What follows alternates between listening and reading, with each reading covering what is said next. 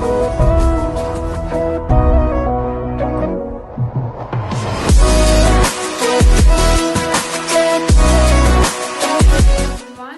back to my channel. If you're new to this channel, hi, this is Komal from Study with Kips. I would be really happy if you take a moment and subscribe to my channel. In today's class, we'll discuss the chapter Metals and Non-Metals for class 10th. We would be discussing the topics physical properties of metals and non-metals, its chemical properties, in which we will discuss its reaction with oxygen as well as with water. Next, we will discuss its reaction with acids, and we will discuss how ionic compounds are formed. So, let's get started with today's class. First topic is physical properties of metals and non-metals. If we know about metals, अगर हम metals का कोई भी example देखें, that is sodium, potassium, इन सब में आपको एक common बात क्या दिखेगी? अगर आप सोडियम देखो तो सोडियम का एटॉमिक नंबर होता है 11। सोडियम का एटॉमिक नंबर कितना है? 11। तो 11 अगर एटॉमिक नंबर है तो इसकी कॉन्फ़िगरेशन होगी 281। तो इसके आउटर मोस्ट शेल में कितने इलेक्ट्रॉन्स हैं? 1। अगर आप मैग्नीशियम का केस लो तो मैग्नीशियम का एटॉमिक नंबर होता है 12। तो इसके आउटर मोस्ट में इलेक्ट्रॉन्स कितने आएंगे? 282। Electronic configuration is 282। So outer most में शेल में इलेक्ट्रॉन्स होंगे 2, जिन्हें हम बोलते हैं वैलेंस इलेक्ट्रॉन्स। या फिर अगर आप एल्यूमिनियम का एग्जांपल लेते हो तो उसका एटॉमिक नंबर होता है 13। तो कॉन्फ़िगरेशन होगी 283। तो वैलेंस इलेक्ट्रॉन्स, अगर आप एक सिमिलर ट्रेंड देखो तो मेटल्स में वैलेंस इलेक्ट्रॉन्स कितने हैं? 1, 2 और 3। तो आप लर्न कर सकते हो कि metals are elements that have electrons 1, 2 और 3 इन देयर वैलेंस शेल। मतलब मेटल्स में इलेक्ट्रॉन्स कितने होते हैं वैलेंस शेल में? 1, 2 और 3। अगर आपने वो चैप्टर किया है पीरियोडिक क्लासिफिकेशन ऑफ एलिमेंट्स, तो उसमें आपने देखा होगा पूरी पीरियोडिक टेबल में लेफ्ट साइड सारे के सारे क्या थे? मेटल्स, और राइट साइड थे नॉन मेटल्स, जो बहुत कम थे। 15 अराउंड 20 अराउंड नॉन मेटल्स हैं और मेटल्स अराउंड कितने होंगे? 80+। तो इतने सारे मेटल्स एग्जिस्ट करते हैं, और नॉन मेटल्स वो होते हैं जिनके आउटर मोस्ट शेल में इलेक्ट्रॉन्स होते हैं 4, 5, 6 और 7, या हम जनरली बोल देते हैं जिनके आउटर मोस्ट शेल में इलेक्ट्रॉन्स 5, 6, 7 होंगे, वो क्या होंगे? Non metals. जैसे आप ऑक्सीजन का एग्जांपल ले सकते हो। ऑक्सीजन का atomic number is 6, atomic number is 8। तो कॉन्फ़िगरेशन क्या होगी? 2 और 6। 2 और 6 में आउटर मोस्ट में कितने इलेक्ट्रॉन्स हैं? 6। तो ऑक्सीजन क्या होगा? Non metal. तो अगर 5, 6, 7 इलेक्ट्रॉन्स हैं तो नॉन मेटल्स, और 1, 2, 3 इलेक्ट्रॉन्स है तो मेटल्स। अब अगर हम ध्यान से देखें फिजिकल प्रॉपर्टीज को, फिजिकल प्रॉपर्टीज का मतलब होगा मेटल्स दिखते कैसे हैं, मतलब आप देख के कैसे बताओगे कोई मेटल है या नहीं है। तो पुराने टाइम में साइंटिस्ट क्या करते थे? देखकर बता देते थे। अगर किसी चीज में शाइन है तो वो क्या होगा? मेटल्स, और अगर शाइन नहीं है तो वो क्या होंगे? Non metals. तो ऐसे ही क्राइटेरिया था। तो first criteria is luster. Luster means shiny surface. Luster और the property is known as lustrous. So metals are lustrous. जो भी आपको चीज चमकती हुई दिखाई दे वो क्या होंगे? मेटल्स। और जो चीज शाइनी ना हो वो क्या होंगे? Non metals. अब आपने देखा होगा gold and silver are used to make jewellery. Jewellery के लिए हम किसको यूज करते हैं? गोल्ड और सिल्वर को। क्यों? क्योंकि उनके पास क्या होती है? मेटेलिक शाइन, या they have lustre. Second point is they are sonorous. Sonorous is a property जिसमें आप अगर किसी चीज को स्ट्राइक करते हो उसके सरफेस को, then they produce a sound. तो अगर किसी भी चीज में साउंड प्रोड्यूस हो रही है हिट करने पे, so that property is sonorous. अब स्कूल बेल्स आपने देखा होगा, जैसे ही बेल को हिट किया जाता है इट प्रोड्यूसेस अ साउंड। इसका मतलब वो क्या है? सोनरस। तो school bells are made up of metals because they produce a sound when being hit. जब हम उन्हें हिट करते हैं तो वो क्या प्रोड्यूस करते हैं? Sound. Next property is ductility. Ductility का मतलब क्या होता है? Ductility is the property of an metal और an element to be drawn into wires. मतलब आप जिसकी लंबी लंबी तार बना सको उस प्रॉपर्टी को हम क्या बोलते हैं? डक्टिलिटी। और मेटल्स कैसे होते हैं? Ductile. And gold is the most ductile metal.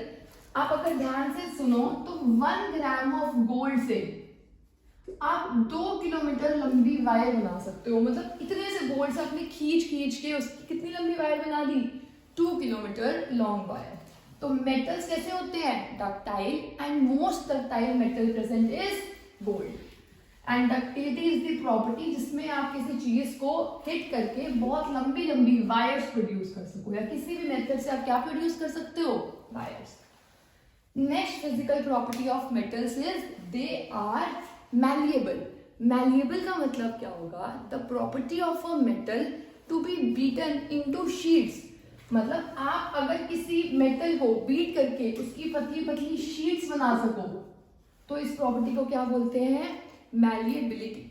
अगर आपको क्लास 9 में याद हो तो रदरफोर्ड एक्सपेरिमेंट किया था हमने, जिसमें हमने गोल्ड फॉइल ली थी। अब गोल्ड फॉइल लेने का रीजन क्या था?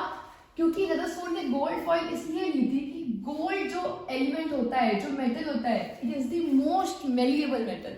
मेलिएबल मेटल होने का मतलब होगा इसकी लंबी लंबी पतली पतली शीट्स बनाई जा सकती हैं, और इस प्रॉपर्टी को हम क्या बोलते हैं? Malleability. And gold and silver are the most malleable metals. तो आपको लर्न करना है इसमें कि कौन सा मोस्ट मैलिएबल या कौन सा मोस्ट डक्टाइल होता है, और आपको इस पूरे टॉपिक में एक्सेप्शंस भी लर्न करनी है। So will get into that also. Next physical property is they are good conductor of heat and electricity.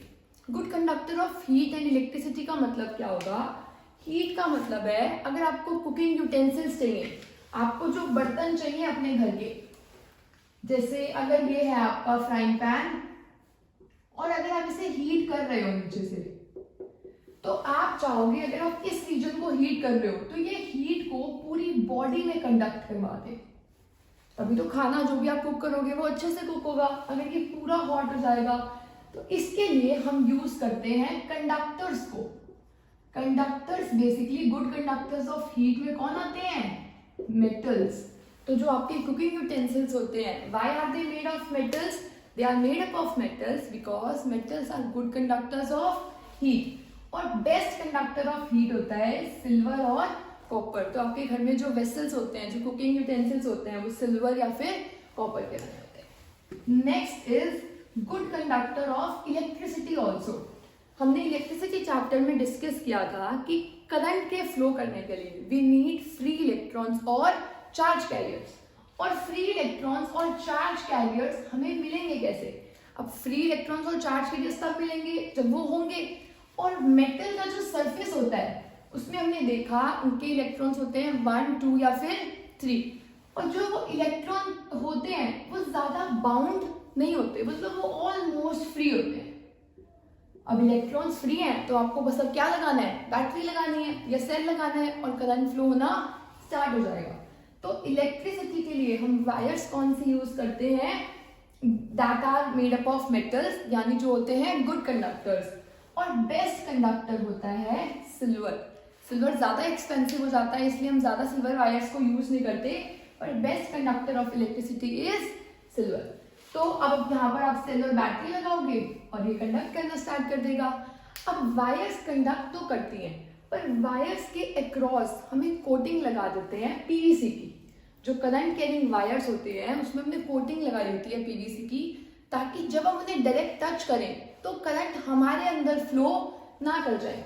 इसलिए कोटिंग इसकी लगी होती है पीवीसी की to prevent us from electric shock. Next is they have high density. Metals की density कैसे होती है? हाई। डेंसिटी का मतलब होता है मास पर यूनिट वॉल्यूम। जैसे अगर आप सॉलिड, लिक्विड और गैसेस की बात करो तो सॉलिड में बहुत सारे पार्टिकल्स होते हैं और बहुत क्लोज होते हैं।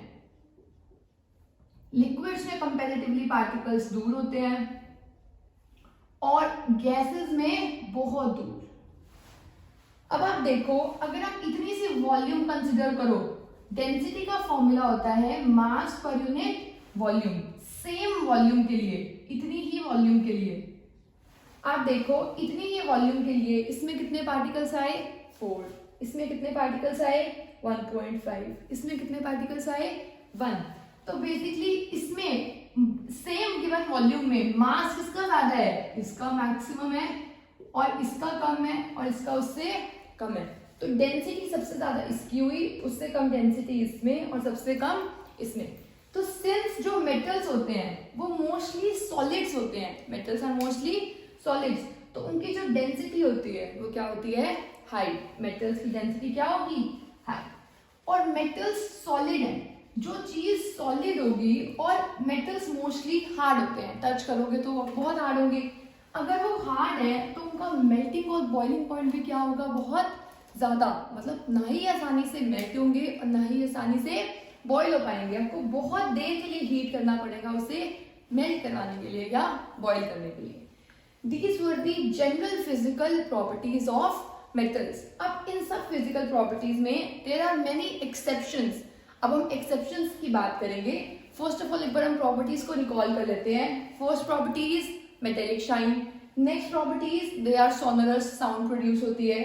Third ductile, हमने wires में beat कर सकते हैं। Next malleable, हम उन्हें किसमें beat कर सकते हैं sheets में। Next properties they are good conductors of heat. तो बर्तन के लिए हम क्या यूज करते हैं मेटल्स को, इलेक्ट्रिसिटी के लिए भी क्या यूज करते हैं मेटल्स की वायर को। Next is they have high density, they are hard solid and they have high melting and boiling point. Now we will discuss the exceptions of metals, कि ऐसे कौन से मेटल्स हैं जो इस जनरल ट्रेंड को फॉलो नहीं करते। अब हम डिस्कस करेंगे। First exception is lead and mercury. Lead and mercury exception कैसे हैं, अभी हमने डिस्कस किया था कि जो मेटल्स होंगे they are good conductors of heat. हमेशा वो हीट को क्या करते हैं कंडक्ट करते हैं, ट्रांसफर करवा देते हैं। अब हम देख रहे हैं कि जो लेड और मर्करी है they are poor conductors of heat, मतलब ये हीट को कंडक्ट नहीं करवाते। तो लेड एंड मर्करी एक्सेप्शन हो गए of poor conductors of heat. Next exception is, हमने अभी रीड किया था कि जो सारे मेटल्स होते हैं वो कैसे होते हैं हार्ड। अब अगर हार्ड है तो क्या हम उन्हें नाइफ से कट कर पाएंगे, सिंपल नहीं कर पाएंगे। पर अगर आप सोडियम और पोटेशियम को देखो तो ये दोनों इतने सॉफ्ट होते हैं that they can be cut with a knife. Sodium and potassium are so soft that they can be cut with a knife. और मोस्टली मेटल्स कैसे होते हैं हार्ड, आप उसे कट कर ही नहीं सकते हो, पर सोडियम और पोटेशियम को आप सिंपल नाइफ से कट कर सकते हो। Next exception is we discuss कि सारे मेटल्स कैसे होते हैं सॉलिड्स। सारे मेटल्स सोडियम पोटेशियम सारे कैसे हैं सॉलिड फॉर्म में। पर इसका प्रैक्टिकल एग्जांपल जो हम देखते हैं थर्मोमीटर्स में, जो थर्मोमीटर्स टेम्परेचर मेजर करने के लिए यूज होते हैं that are mostly mercury thermometers. और जो मर्करी उसमें होता है दैट इज नॉट सॉलिड, वो कैसे होता है रूम टेम्परेचर पे liquid. So mercury is an exception which is liquid at room temperature. And the last exception for metals is, since metals have high melting and boiling point, cesium और gallium का melting point इतना लो होता है कि आप उसे बस अपने पाम पर रखो, मतलब आपकी बॉडी के टेम्परेचर से ही वो क्या होना स्टार्ट हो जाएगा मेल्ट होना स्टार्ट हो जाएगा। It can melt when kept in your palm. तो ये मेल्ट हो सकता है, आप पाम पर रखो और ये क्या हो जाएगा मेल्ट। सो आई होप आपको एक्सेप्शंस क्लियर हुई होंगी मेटल्स की। और जो प्रॉपर्टीज आपने मेटल्स के लिए की थी उसकी ऑपोजिट प्रॉपर्टी होती है नॉन मेटल्स के लिए। जैसे दे आर नॉट लस्ट्रस, वो शाइनी नहीं होते। They are non sonorous, they are not ductile, आप उसे बीट करोगे और वो वायर्स में नहीं जाएगा, वो बल्कि टूट जाएगा। तो वो कैसे होते हैं non metals, they are brittle, वो टूट जाते हैं पर शीट्स में या फिर वायर्स में बीट नहीं हो सकते। Next is they are poor conductors of heat and electricity. Non metals have low density and they have low melting and boiling point. Also they can be solid, liquid और gas. Metals mostly कैसे थे solid, non metals solid भी होते हैं जैसे carbon और sulphur, liquid भी होते हैं जैसे ब्रोमीन। और नेक्स्ट होगा गैसेस। गैसेस में कौन से आ जाएंगे ऑक्सीजन या फिर नाइट्रोजन। तो non metals can be solid, liquids as well as gases. अब हम एक्सेप्शंस डिस्कस करेंगे नॉन मेटल्स की। आपके सिलेबस के लिए या एग्जाम पॉइंट ऑफ व्यू से एक्सेप्शन ही ज़्यादा इंपॉर्टेंट है इस टॉपिक से, और इम्पॉर्टेंट नहीं है। फर्स्ट एक्सेप्शन इज, अभी हमने देखा था कि जो शाइनी होते हैं वो कौन से होते हैं, मेटल्स। पर साइंटिस्ट ने देखा कि कुछ नॉन मेटल्स भी थे जो शाइनी थे, जैसे आयोडीन। आपने देखा हो आयोडीन बहुत शाइन करता है, आयोडीन में एक शाइनिंग सी चीज होती है। नेक्स्ट डायमंड और graphite, diamond also shines and also graphite. Next exception is, अभी हमने देखा था कि non metals are poor conductor of electricity, पर अगर आपने साइंस के एक्सपेरिमेंट्स किए हो तो उसमें जो इलेक्ट्रोड्स लेते हैं इलेक्ट्रिसिटी कंडक्ट करने के लिए, वी टेक ग्रेफाइट रोड्स। हम कौन सी रोड्स लेते हैं, graphite, because graphite is a good conductor of electricity, though it is a non metal, पर फिर भी ये इलेक्ट्रिसिटी का अच्छा कंडक्टर होता है।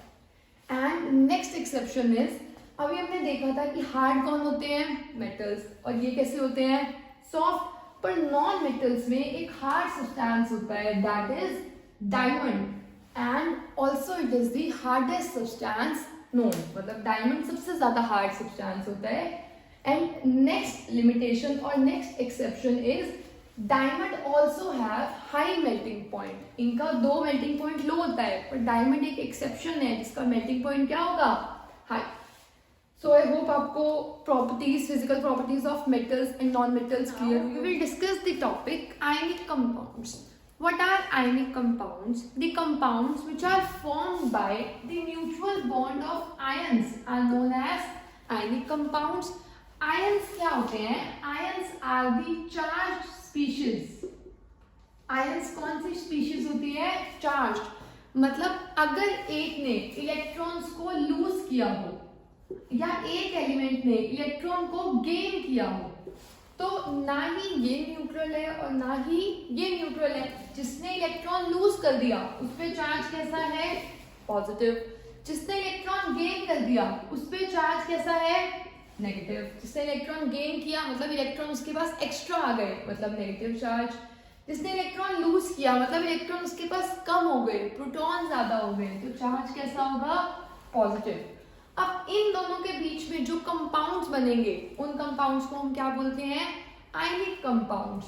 और इनके बीच में जो बॉन्ड होता है दैट इज इलेक्ट्रोवैलेंट बॉन्ड। उस बॉन्ड को हम क्या बोल रहे हैं, इलेक्ट्रोवैलेंट बॉन्ड। तो हम डिस्कस करेंगे formation of MgO, NaCl and magnesium chloride. अब अभी तक हमने देखा था मेटल्स आर एलिमेंट्स जिनके वैलेंस शेल में कितने नंबर्स होते हैं, 1, 2 या फिर 3 इलेक्ट्रॉन्स, और नॉन मेटल्स के वैलेंस शेल में इलेक्ट्रॉन्स होते हैं 7, 6 और 5। अगर हम बात कर रहे हैं सोडियम क्लोराइड की, तो आप ये देखो सोडियम का एटॉमिक नंबर होता है 11, मतलब कॉन्फ़िगरेशन होगी 2, 8, 1, 2, 8, 10 इलेक्ट्रॉन्स हो गए तो 1 नेक्स्ट शेल में। क्लोरीन की होता है नंबर 17, तो इलेक्ट्रॉनिक कॉन्फ़िगरेशन होगी 2, 8 और 7। अब आप देखो सोडियम के आउटर मोस्ट शेल में 8 इलेक्ट्रॉन है जो कि एक्स्ट्रा है, क्योंकि इसकी वजह से ये स्टेबल नहीं है, तो ये इस इलेक्ट्रॉन को लूज करना चाहता है। और क्लोरीन के पास 7 इलेक्ट्रॉन्स हैं, इसके पास भी 8 इलेक्ट्रॉन्स नहीं है, तो क्लोरीन यहाँ पर 8 इलेक्ट्रॉन को गेन करना चाहता है और ये इलेक्ट्रॉन को क्या करना चाहता है, लूज। एक सोडियम है वो कितने इलेक्ट्रॉन को लूज करना चाहता है, एक क्लोरीन है वो कितने इलेक्ट्रॉन्स को गेन करना चाहता है, एक। तो दोनों क्या कर लेंगे, बॉन्ड बना लेंगे। अब बॉन्ड बनेगा कैसे, अगर हम बात कर रहे हैं सोडियम की, सोडियम अभी कैसे है, न्यूट्रल। सोडियम जैसे ही एक इलेक्ट्रॉन रिलीज कर देगा तो सोडियम पे चार्ज कैसा आ जाएगा, पॉजिटिव, क्योंकि उसने एक इलेक्ट्रॉन लूज किया है तो इस पे प्लस आया है।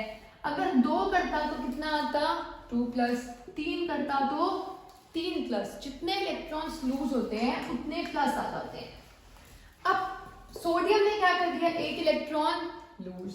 अब यहाँ पर क्लोरीन क्या करेगा, क्लोरीन इस एक इलेक्ट्रॉन को गेन कर लेगा।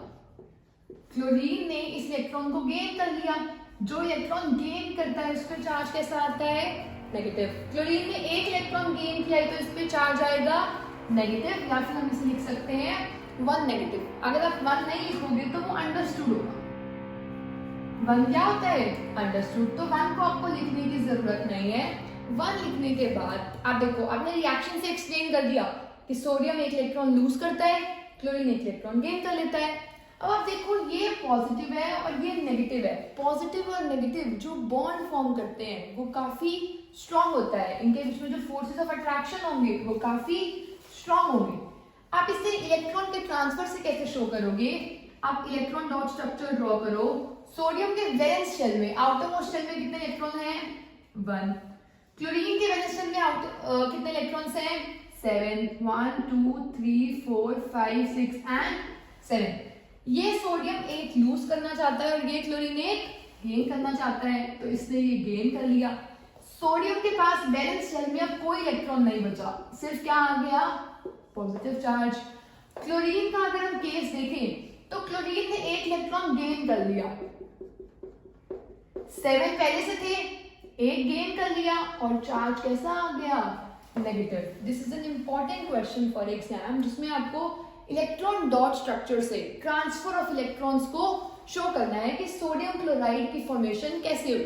सोडियम के आउटर मोस्ट में 1 है, क्लोरीन के आउटर मोस्ट में 7 है, इससे 1 लूज कर दिया, इसने 1 गेन कर लिया और बॉन्ड बन गया। कौन सा बॉन्ड बना, और कंपाउंड बना NaCl। ये किसका एग्जाम्पल है, आयनिक कंपाउंड का।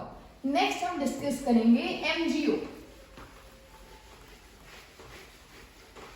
अगर आप देखो Mg का एटॉमिक नंबर होता है 12, तो कॉन्फ़िगरेशन क्या होगी, 2 8 और 2। ऑक्सीजन का एटॉमिक नंबर होता है 8, तो कॉन्फ़िगरेशन कितनी होगी, 2 और 6। इसकी 2 8 2 और इसकी कितनी हुई, 2 और 6। अब देखो मैग्नीशियम 2 लूज करना चाहता है, तभी तो ये स्टेबल हो जाएगा। ऑक्सीजन 2 गेन करना चाहता है, तब ऑक्सीजन भी क्या हो जाएगा, स्टेबल। मैग्नीशियम 2 लूज करना चाह रहा है, ऑक्सीजन 2 गेन करना चाह रहा है, तो ये लूज करेगा और ये गेन करेगा, इनका बॉन्ड बन जाएगा। कैसे, आप देखो मैग्नीशियम अभी न्यूट्रल है तो कुछ भी शो नहीं करेंगे। मैग्नीशियम ने कितने इलेक्ट्रॉन्स लूज कर दिए, 2 इलेक्ट्रॉन्स, तो मैग्नीशियम पे चार्ज भी कितना आया होगा, 2 पॉजिटिव। जितने इलेक्ट्रॉन्स लूज होंगे उतना ही पॉजिटिव चार्ज। अब जो ये ऑक्सीजन है ये 2 इलेक्ट्रॉन्स को गेन कर लेगा और ऑक्सीजन पे चार्ज कैसा आ जाएगा, 2 नेगेटिव, क्योंकि ऑक्सीजन ने कितने गेन किए, 2 इलेक्ट्रॉन्स। इसे आप ट्रांसफर से कैसे शो करोगे, मैग्नीशियम के वैलेंस शेल में थे 2 इलेक्ट्रॉन्स, ऑक्सीजन के वैलेंस शेल में है 6 इलेक्ट्रॉन।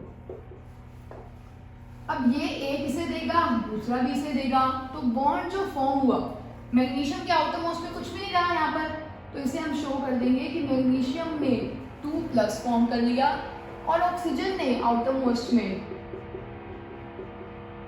2 गेन कर लिए और इसमें चार्ज कैसा आया, 2 नेगेटिव। तो ये फॉर्मेशन किसकी हुई है, MgO की। अब आई होप आपको समझ आएगा कि मैग्नीशियम ऑक्साइड MgO ही क्यों होता है, हम Mg2O क्यों नहीं लिखते, या MgO2 क्यों नहीं लिखते, या MgO3 क्यों नहीं लिखते। इसका रीजन होता है क्योंकि मैग्नीशियम 2 लूज करना चाहता है, ऑक्सीजन 2 गेन करना चाहता है, तो एक ही मैग्नीशियम आएगा और एक ही ऑक्सीजन आएगा और इनका बॉन्ड बन जाएगा। इनका बॉन्ड बनने के बाद तो आपने फॉर्मेशन MgO की भी देख ली। अब हम लास्ट फॉर्मेशन देखेंगे मैग्नीशियम क्लोराइड की। अब आप मैग्नीशियम क्लोराइड की फॉर्मेशन देखो, मैग्नीशियम का एटॉमिक नंबर है 12, तो कॉन्फ़िगरेशन क्या होगी, 2 8 2। क्लोरीन का एटॉमिक नंबर है 17, तो कॉन्फ़िगरेशन क्या होगी, 2 8 और 7। आप देखो मैग्नीशियम कितने लूज करना चाहता है टू बी स्टेबल, 2 इलेक्ट्रॉन्स, और क्लोरीन कितने गेन कर सकता है, 1। मतलब मैग्नीशियम 2 देना चाहता है पर क्लोरीन कितने ले सकता है एक टाइम में, 1। तो कितने क्लोरीन आएंगे, 2 क्लोरीन। आपको डायरेक्ट फॉर्मूला पता चल गया कि इसका फॉर्मूला क्या होगा, MgCl2। या तो आप ये ऐसे कर सकते हो, या आपने क्लास 9th में भी किया था कि आपको कोई फॉर्मूला बनाना हो किसी कंपाउंड का, तो दोनों के सिंबल लिखो। मैग्नीशियम की वैलेंसी कितनी है, 2। क्लोरीन की वैलेंसी कितनी है, 1, क्योंकि ये 1 गेन कर सकता है, तो फॉर्मूला क्या बन गया, MgCl2। I'll make a separate video on how to make the formula of some simple compounds, पर अभी के लिए आपको बेसिक पता होना चाहिए कि ये फॉर्मूला ऐसे बनता है। ठीक है, अब इसके बाद आप देखो बॉन्ड बनेगा कैसे। मैग्नीशियम अभी न्यूट्रल है, मैग्नीशियम ने 2 इलेक्ट्रॉन्स क्या कर दिए, लूज, तो ये क्या बन गया, Mg2 पॉजिटिव। पर अगर हम एक क्लोरीन की बात करें, वो सिर्फ एक ही इलेक्ट्रॉन को गेन करेगा और वो क्या बना देगा, Cl नेगेटिव। मैग्नीशियम ने 2 इलेक्ट्रॉन्स लूज किए तो Mg2 पॉजिटिव बन गया। क्लोरीन ने एक ही इलेक्ट्रॉन गेन किया क्योंकि हम एक ही क्लोरीन की बात कर रहे हैं, तो ये बन गया Cl नेगेटिव। अब आप देखो, या तो आपने रिएक्शन से शो कर दिया, अब आप इलेक्ट्रॉन डॉट से कैसे शो करोगे, Mg के 2 इलेक्ट्रॉन्स प्लस क्लोरीन के पास कितने इलेक्ट्रॉन्स हैं, 7। अब ये जब बॉन्ड बनाएंगे तब एक तो मैग्नीशियम ने क्लोरीन के पास 7 इलेक्ट्रॉन्स है, 2 4 6 और 1 7, तो मैग्नीशियम ने एक क्लोरीन को दे दिया तो ये क्लोरीन तो सेटिस्फाइड है, पर क्या मैग्नीशियम सेटिस्फाइड हुआ अभी नहीं, तो एक और क्लोरीन आएगा, तो ये मैग्नीशियम इस क्लोरीन को देगा अपना इलेक्ट्रॉन और बनेगा क्या बॉन्ड, मैग्नीशियम इलेक्ट्रॉन्स चले गए 2 पॉजिटिव, और क्लोरीन का क्या होगा, क्लोरीन के पास 7 इलेक्ट्रॉन्स हैं, 1 2 3 4 5 6 7, एक इसने गेन कर लिया और इस पे चार्ज 1 नेगेटिव आया।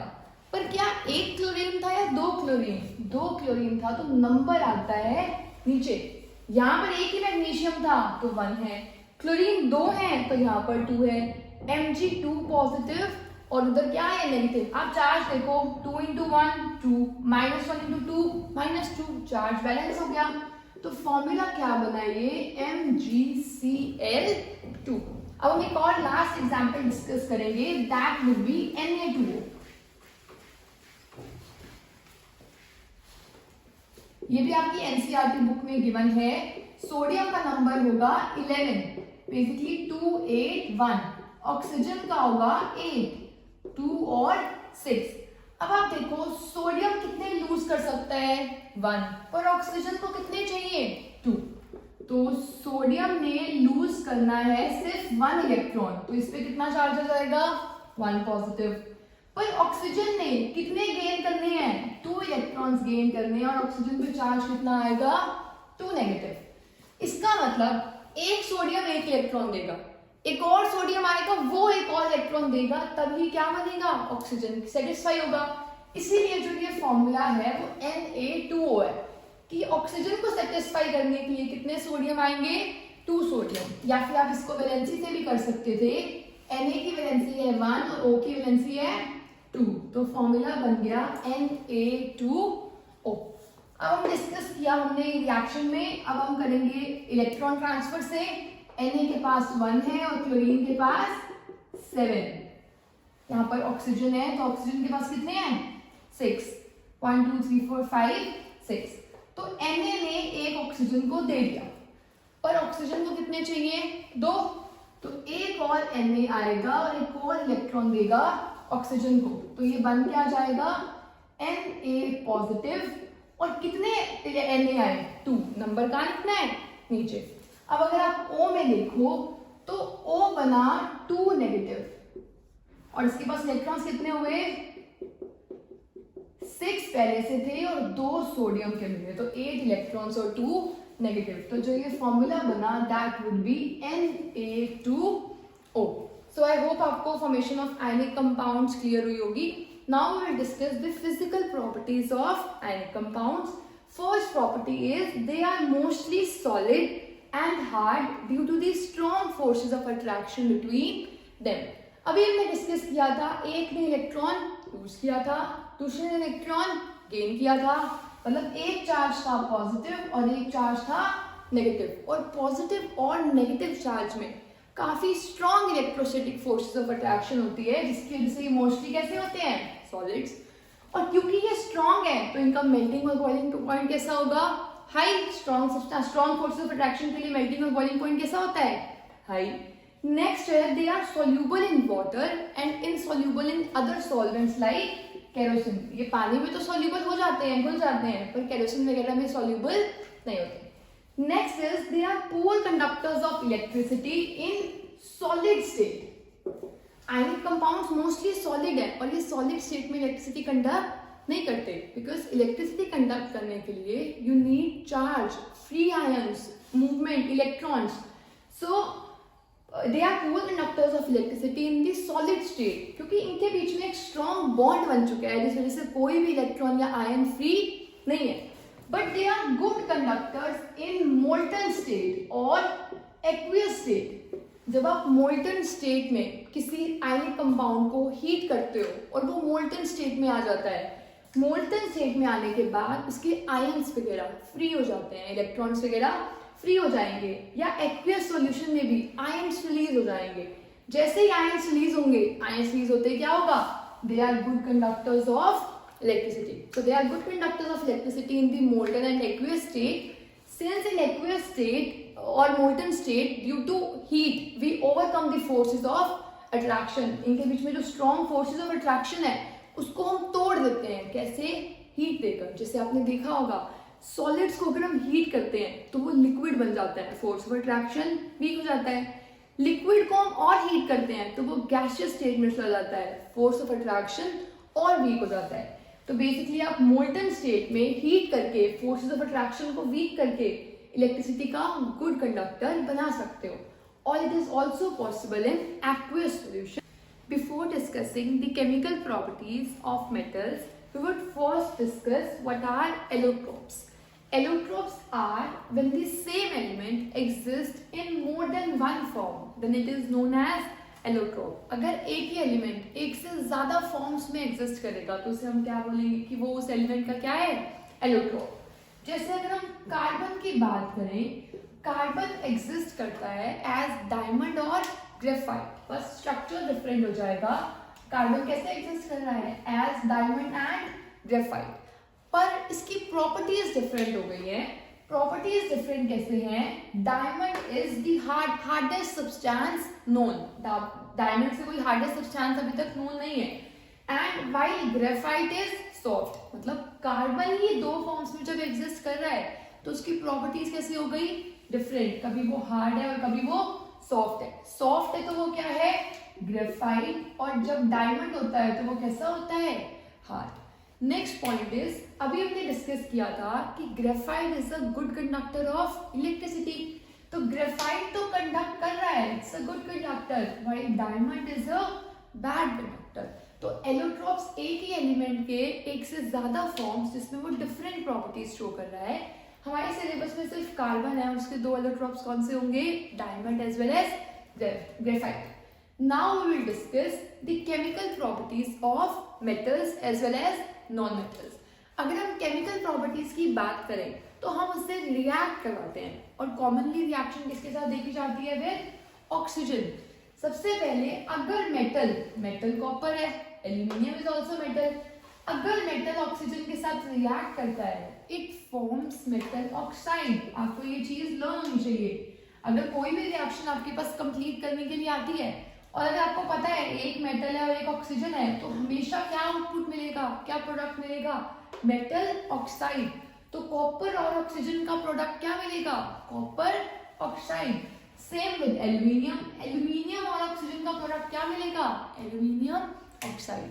अब हमने ये तो देख लिया कि मेटल जब ऑक्सीजन के साथ रिएक्ट कर रहा है तो it forms metallic oxide. Similar is the case with non metals as well. Non metals के ऑक्सीजन के साथ रिएक्ट करके क्या बना रहे हैं, नॉन मेटल ऑक्साइड. पर अगर हम मेटलिक ऑक्साइड्स की बात करें तो दे आर बेसिक. अब इसे आप लर्न कैसे कर सकते हो कि वो बेस होते हैं या एसिड होते हैं. अगर आपको याद हो, आपने क्लास 9 में डिस्कस किया था एसिड रेन, जिसमें आपने देखा था फैक्ट्रीज के स्मोक से जो सल्फर या कोई भी सब्सटेंस निकलता है, उससे जो रेन होती है वो कौन सी रेन होती है, एसिड रेन. मतलब नॉन मेटल के ऑक्साइड्स जब हों तब रेन कैसी होगी, एसिडिक. अगर नॉन मेटल के ऑक्साइड से एसिडिक रेन हो रही है तो मेटल के ऑक्साइड से रेन कैसी होगी, बेसिक. वैसे ऐसा होता नहीं है, पर अगर हम बात कर रहे हैं कि मेटल के जो ऑक्साइड्स बनेंगे उनका नेचर कैसा होगा, बेसिक. तो ये लिटमस पेपर को क्या टर्न कर देंगे, ब्लू. और जो नॉन मेटलिक ऑक्साइड्स है ये एसिडिक नेचर के होते हैं. मतलब ये लिटमस पेपर को किसमें चेंज कर देंगे, रेड कलर में, और मेटलिक ऑक्साइड किसमें चेंज कर देंगे, ब्लू कलर में. अब आपको पता चल गया बेसिक ऑक्साइड्स कौन से हैं, जो मेटल्स फॉर्म कर रहे हैं, एसिडिक ऑक्साइड्स कौन से हैं, जो नॉन मेटल्स फॉर्म कर रहे हैं. तो एम्फोटेरिक ऑक्साइड्स कौन से हैं? Amphoteric oxide is a different type of oxide जिसके एग्जाम्पल आते हैं एल्यूमिनियम ऑक्साइड और जिंक ऑक्साइड। अब इसका मतलब क्या है एम्फोटेरिक ऑक्साइड का? जब एक मेटल ऑक्साइड एसिड और बेस दोनों के साथ रिएक्ट करके सॉल्ट और वाटर देता है तो उसे हम बोलते हैं एम्फोटेरिक ऑक्साइड। आपको अभी तक एक बेसिक बात पता होगी कि अगर बेस और एसिड रिएक्ट करेंगे तो हमेशा सॉल्ट फॉर्म होता है प्लस वाटर। ये आपको रिएक्शन पता होगी अभी तक कि एसिड का इफेक्ट को नलिफाई करने के लिए हम क्या लेते हैं? बेस। तो एसिड ने बेस को नलिफाई कर दिया और क्या बन गया? Salt plus water. पर हम बात कर रहे हैं एम्फोटेरिक ऑक्साइड्स की। अब एसिड के साथ जब बेस रिएक्ट करता है तभी सॉल्ट बनता है। अब हम बोल रहे हैं कि metal oxide which reacts with both acid and base to form salt and water. मतलब एक ऑक्साइड एसिड के साथ भी सॉल्ट और वाटर दे रहा है, एक ऑक्साइड बेस के साथ भी सॉल्ट और वाटर दे रहा है। ये कैसे पॉसिबल है? हमें तो पता है बेस और एसिड मिलेंगे तब क्या मिलेगा? Salt and water. तो ये है सॉल्ट, ये है वाटर और ये है एसिड और ये मेटलिक ऑक्साइड है। तो ये यहाँ पर किसका काम कर रहा है? बेस का। ये तो सिंपल है, मेटलिक ऑक्साइड बेसिक होते हैं। बेस ने मेटलिक ऑक्साइड बेसिक है तो एल्यूमिनियम ऑक्साइड कैसा है? बेसिक। बेस ने जब एसिड के साथ रिएक्ट किया तो क्या फॉर्म हुआ? Salt and water. Base acid क्या बनाते हैं? Salt and water. तो aluminium oxide when reacted with HCl hydrochloric acid तो फॉर्म हुआ एल्यूमिनियम क्लोराइड एंड वाटर। ये तो जस्टिफाइड है, ये तो क्लियर है। पर आप इसकी बात देखो, NaOH क्या है? बेस और ये है सॉल्ट, सोडियम एल्यूमिनेट और ये क्या है? वाटर। अब यहां पर भी बेस और एसिड मिलेंगे तभी क्या बनेगा? Salt and water. तो यहां पर भी बेस के किसमें मिलाने से सॉल्ट और वाटर बन रहा होगा? यहां पर ये क्या होगा? एसिड। मतलब अभी मैंने बोला एल्यूमिनियम ऑक्साइड बेस की तरह रिएक्ट कर रहा है, यहां पर मैं बोल रही हूँ एल्यूमिनियम ऑक्साइड एसिड की तरह रिएक्ट कर रहा है। इन्हीं ऑक्साइड्स को हम बोलते हैं amphoteric oxides. Amphoteric oxides are those oxides, they are those metal oxides जो एसिड और बेस दोनों के साथ रिएक्ट करके क्या बनाते हैं? Salt and water. ये ऐसे स्पेशल काइंड ऑफ ऑक्साइड्स होते हैं जो एसिड के साथ रिएक्ट करेंगे तब भी सॉल्ट और वाटर बनाएंगे और बेस के साथ रिएक्ट करेंगे तब भी सॉल्ट और वाटर बनाएंगे। सो आप इसे ऐसे एक ट्रिक की तरह लर्न कर सकते हो कि जब ये एसिड के साथ रिएक्ट कर रहा है तो ये बेस का काम कर रहा है, जब ये बेस से रिएक्ट कर रहा है तो ये एसिड का काम कर रहा है, तभी हमें बाय प्रोडक्ट में क्या मिल रहा है? Salt and water. So I hope आपको समझ आया होगा कि जब ऑक्सीजन के साथ रिएक्शन होती है तो क्या बनता है उसका? Oxide. And that oxide can be basic as well as acidic. Metal के ऑक्साइड्स बेसिक और नॉन मेटल के ऑक्साइड्स एसिडिक। और एम्फोटेरिक ऑक्साइड्स वो ऑक्साइड्स होते हैं जब मेटल ऑक्साइड एसिड और बेस दोनों के साथ रिएक्ट करके क्या बना रहा है? Salt and water. So this is an example of amphoteric oxides. Also ये एग्जाम के लिए बहुत ही इंपॉर्टेंट रिएक्शन है। तो एग्जाम में they can ask you what are amphoteric oxides, also give example. तो आपको एग्जाम्पल में ये दोनों रिएक्शंस मेंशन करके आनी है। They can also ask you कि कंप्लीट द रिएक्शन। रिएक्टेंट्स दिए हुए हैं और इस रिएक्शन को क्या करना है? कंप्लीट करना है। तो आपको इसको कंप्लीट करना भी आना चाहिए। We will do the reaction with water. Before doing that, we should know the reactivity series, and that would be potassium is the most reactive metal. Potassium, sodium, calcium, and नीचे जाते हुए reactivity decreases. So the most reactive element is potassium, and the least one is gold. So potassium, sodium, calcium, magnesium, aluminium, zinc, iron, lead, hydrogen, copper, mercury, silver and gold. अब आप इसे learn कैसे करोगे? तो learn करने के लिए mnemonics would be potassium के लिए सिंबल क्या होता है? K, सोडियम के लिए Na, calcium Ca, magnesium Mg, aluminium Al, zinc Zn, iron Fe, lead Pb, hydrogen H, copper Cu, mercury Hg, silver Ag, gold Au। अगर आपको ये सिंबल्स अभी तक नहीं आते हैं तो please learn that first before continuing this. अगर आपको सिंबल्स लर्न हो गए तो आप इसके लिए निमोनिक्स लर्न कैसे करोगे? कैटरीना ने कार मांगी ऑल्टो जेन फरारी। कौन सी कार मांगी? कैटरीना ने कार मांगी ऑल्टो जेन फरारी, फिर के बाद देयर इज अ ब्रेक। अब फिर कौन सी मिलेगी, फिर देयर इज अ ब्रेक और वहां पर क्या आएगा, हाइड्रोजन। फिर के बाद क्या आएगा, हाइड्रोजन। फिर क्या मिली, सिल्वर ओडी। कैटरीना ने कार मांगी ऑल्टो जेन फरारी, फिर क्या मिली, सिल्वर ओडी। कैटरीना ने कार मांगी ऑल्टो जेन फरारी, फिर क्या मिली, सिल्वर ओडी। तो अब इसे ऐसे ही लर्न करो, कैटरीना के ने कार मांगी Alto AL ZN Ferrari FE, फिर PB, क्या CU मिली मरकरी के लिए होगा, सिल्वर AG OD AU यहाँ से आया है। तो आप प्लीज इस रिएक्टिविटी सीरीज को लर्न कर लो कि सबसे ज्यादा रिएक्टिव कौन सा है, पोटेशियम, फिर सोडियम, फिर कैल्शियम, फिर मैग्नीशियम। सबसे ज्यादा रिएक्टिव है पोटेशियम। अगर हम इन सबकी रिएक्शन देखें विद वाटर, अब जो एलिमेंट सबसे ज्यादा रिएक्टिव होगा वो ठंडे पानी के साथ भी रिएक्ट कर जाएगा। मतलब नॉर्मली हमें रिएक्शन होने के लिए चीजों को गर्म फॉर्म में लेना होता है, but since potassium is the most reactive element, कि सबसे ज्यादा रिएक्टिव है, it will react with cold water itself. ये किसके साथ रिएक्ट करेगा, कोल्ड वाटर के साथ। और आपको बेसिक इक्वेशन इसमें जो लर्न होनी चाहिए वो ये होगी कि metal reacts with water to form metallic oxide and hydrogen. मतलब मेटल पानी के साथ मिलके क्या बनाता है, मेटल ऑक्साइड और हाइड्रोजन। अब है तो मेटल ऑक्साइड भी पानी के अंदर ही अभी तो मेटल ऑक्साइड क्योंकि पानी के अंदर है तो ये फर्दर रिएक्ट कर लेगा पानी के साथ और ये बना देगा मेटल हाइड्रोक्साइड। ये रिएक्शन होती है वाटर के साथ। अभी हम स्टीम के साथ करेंगे, उसके लिए थोड़ी सी डिफरेंट होती है, पर यहां तक हम देखेंगे मेटल पानी के साथ रिएक्ट करके क्या बनाता है, मेटल ऑक्साइड और हाइड्रोजन। फिर मेटल ऑक्साइड क्योंकि पानी के अंदर है तो ये क्या बना देगा, मेटल हाइड्रोक्साइड। तो हाइड्रोजन रिलीज होगी। अब आप ये मत सोचना कि डायरेक्टली सिर्फ मेटल हाइड्रोक्साइड बन रहा है, मेटल हाइड्रोक्साइड इसकी जगह पे बन रहा है, साथ में क्या रिलीज हो रही है, हाइड्रोजन गैस। तो पोटेशियम मोस्ट रिएक्टिव, तो ये ठंडे पानी के साथ रिएक्ट करेगा और ये ठंडे पानी के साथ रिएक्ट करके क्या बना लेगा, देखो पोटेशियम के वाटर के साथ रिएक्ट करेगा और क्या फॉर्म कर रहा है, पोटेशियम हाइड्रोक्साइड। तो KOH और कौन सी गैस रिलीज हो रही है, हाइड्रोजन प्लस। ये रिएक्शन इतना एक्सोथर्मिक होता है। एक्सोथर्मिक का मतलब होता है जिसमें हीट रिलीज हो।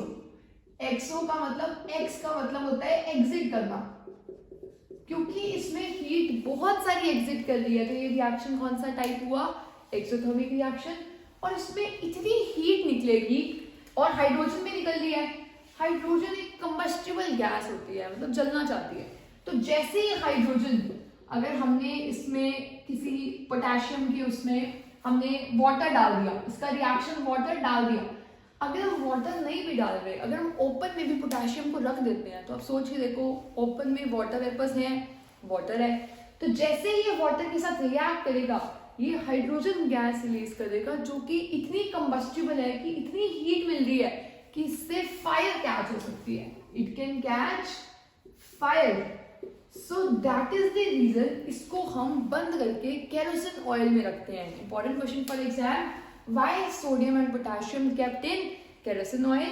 Because when they react with water vapor present in air, they release hydrogen gas and a large amount of heat is released, and that amount of heat can cause fire, it can catch fire। तो आग ना लग जाए, आग को बचाने के लिए हम इसको किस में रखते हैं, केरोसिन ऑयल में। तो सेम पोटेशियम के साथ है और सेम किसके साथ है, सोडियम के साथ। अब आप देखो सोडियम पानी के साथ रिएक्ट करके सोडियम हाइड्रोक्साइड बना रहा है और हाइड्रोजन, और इसमें भी जो हीट रिलीज हो रही है वो बहुत ज्यादा है क्योंकि ये दोनों बहुत रिएक्टिव एलिमेंट्स है। अगर हम नेक्स्ट एलिमेंट की बात करें तो वो है कैल्शियम। क्या कैल्शियम इन दोनों से ज्यादा रिएक्टिव है या कम रिएक्टिव है, कम रिएक्टिव है, वो रिएक्टिविटी सीरीज में नीचे है क्योंकि कैल्शियम लेस रिएक्टिव है इन दोनों से। तो जैसे ही ये रिएक्शन होगी कैल्शियम प्लस वाटर, क्या फॉर्म होगा, कैल्शियम हाइड्रोक्साइड प्लस हाइड्रोजन। पर ये रिएक्शन इतना वॉयलेंट नहीं होता, मतलब ये बहुत दोनों वॉयलेंट हो रहे थे, ये रिएक्शन इतना वॉयलेंट नहीं होगा और ना ही इसमें इतनी हीट रिलीज होगी जिससे हाइड्रोजन को क्या लग जाए, आग लग जाए। सो इसमें फायर नहीं होती है, पर इसमें क्या होगा, अगर यहाँ पर एलिमेंट है, मेटल है और यहाँ पर पानी है, तो जैसे ही ये पानी के साथ रिएक्ट करेगा कौन सी गैस रिलीज हुई है? हाइड्रोजन। हाइड्रोजन जैसे ऊपर आएगी अपने साथ थोड़े से मेटल को ले आएगी, तो इस वजह से अगर वो हाइड्रोजन ऊपर आते आते मेटल को अपने साथ ले आई है तो मेटल भी क्या करना स्टार्ट कर देगा? फ्लोट करना स्टार्ट कर देगा।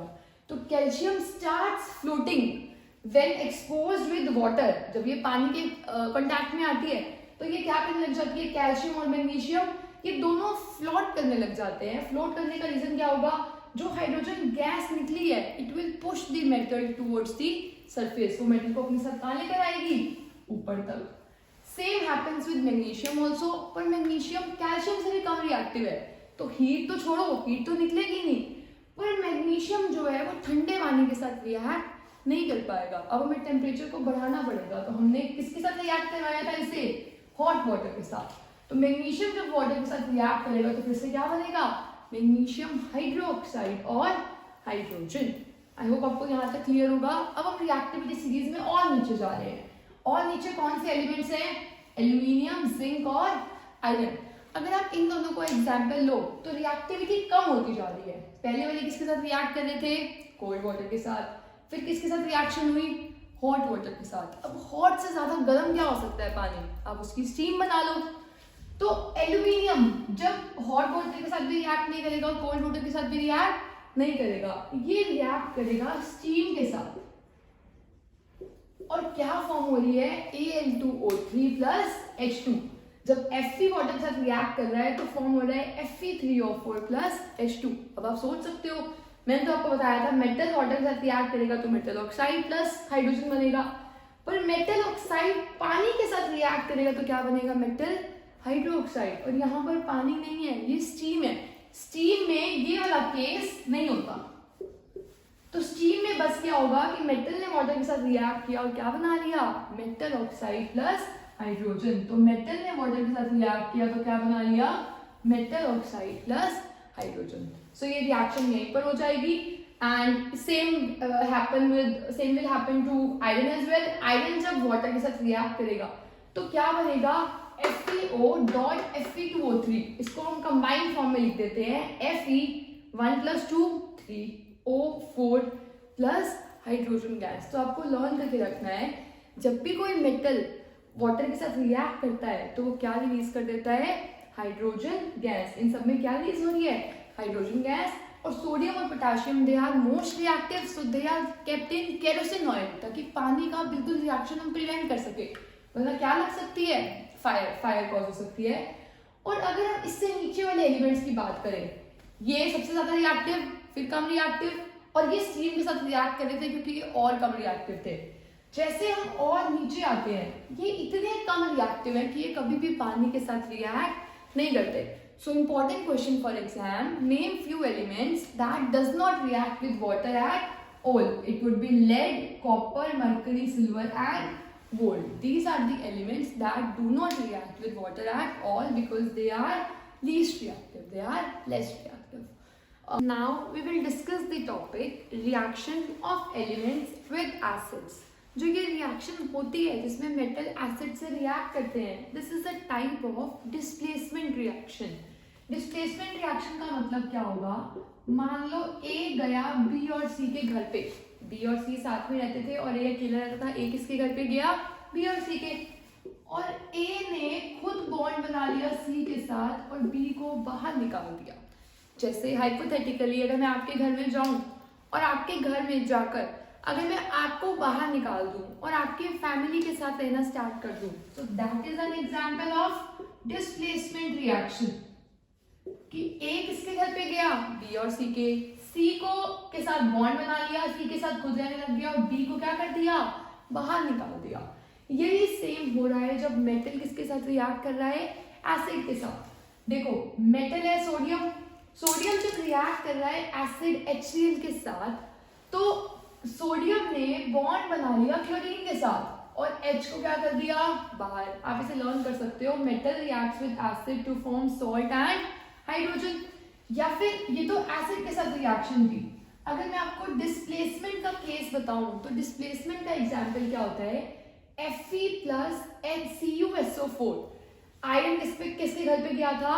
कॉपर सल्फेट के घर पे, और खुद सल्फेट के साथ बॉन्ड बना लिया और कॉपर को क्या कर दिया? बाहर कर दिया। तो ये एग्जाम्पल किसका था? डिस्प्लेसमेंट रिएक्शन का। अगर हम बात करें मेटल प्लस एसिड की, तो यहाँ पर अगर एसिड होती है H2SO4, तो आयरन ने सल्फेट के साथ बॉन्ड बना लिया और क्या रिलीज कर दी? एक एसिड। अब आप देखो, मेटल ने एसिड के साथ रिएक्ट करके क्या बना लिया? सॉल्ट और हाइड्रोजन। क्या सारे मेटल्स ऐसा कर सकते हैं या कुछ ही मेटल्स ऐसा कर सकते हैं? अब हम वो देखेंगे। ये भी डिपेंड करता है उसकी रिएक्टिविटी सीरीज पर। रिएक्टिविटी सीरीज में जो ऊपर होगा H से वो कर पाएगा और जो नीचे होगा वो नहीं कर पाएगा। जैसे अगर मैं एग्जाम्पल दूं, मैंने आपको बोला मैं आपके घर पे जाकर आपको निकाल रही हूँ या आपको डिस्प्लेस कर रही हूँ, वो मैं इसलिए कर पा रही हूँ क्योंकि मेरा डेजिग्नेशन आपसे ऊपर है। मैं टीचर हूँ और आप क्या हो? स्टूडेंट। तो कहीं ना कहीं मेरा डेजिग्नेशन आपसे कहाँ है? ऊपर। पर क्या यही सेम चीज होगी अगर आपका एक फ्रेंड आपके घर पे जाए और आपको बाहर निकाल दे? ऐसा नहीं हो पाएगा। क्यों? क्योंकि उसका डेजिग्नेशन आपके रिस्पेक्ट में उसका डेजिग्नेशन कम है। तो देखा जाए सारे एलिमेंट्स एक दूसरे को डिस्प्लेस नहीं कर सकते। मैंने आपको डिस्प्लेस किया क्योंकि मेरा डेजिग्नेशन ऊपर था। सेम यहीं पर होगा। डिस्प्लेस किसको करना है? H को। तो जो H से ऊपर होगा वो तो डिस्प्लेस कर देगा। क्या जो H से नीचे होगा वो डिस्प्लेस कर पाएगा H को? नहीं। जैसे आपके फ्रेंड्स आपको डिस्प्लेस नहीं कर सकते, पर आयरन ने किया, मैंने किया, मैं आपको डिस्प्लेस कर सकती हूँ क्योंकि मैं हाइड्रोजन से ऊपर हूँ, मैं आपसे ऊपर हूँ। जैसे यहाँ पर आप हो और यहाँ पर मैं हूँ और यहाँ पर आपके फ्रेंड्स हैं, तो आपके फ्रेंड्स आपको डिस्प्लेस नहीं कर सकते क्योंकि वो आपसे नीचे है। पर मैं आपसे ऊपर हूं तो मैं आपको डिस्प्लेस कर सकती हूँ। यही हो रहा है यहाँ पर। आयरन डिस्प्लेस कर पा रहा है हाइड्रोजन को क्योंकि ये रहा आयरन और ये रहा हाइड्रोजन। हाइड्रोजन नीचे आयरन से, तो आयरन ने हाइड्रोजन को क्या कर दिया? अलग कर दिया और खुद इसके साथ बॉन्ड बना लिया। सेम होगा सोडियम के साथ। सोडियम ऊपर है H से, सोडियम H से कहाँ है? ऊपर। तो सोडियम ने H को बाहर कर दिया और खुद किसके साथ बॉन्ड बना लिया? क्लोरीन के साथ।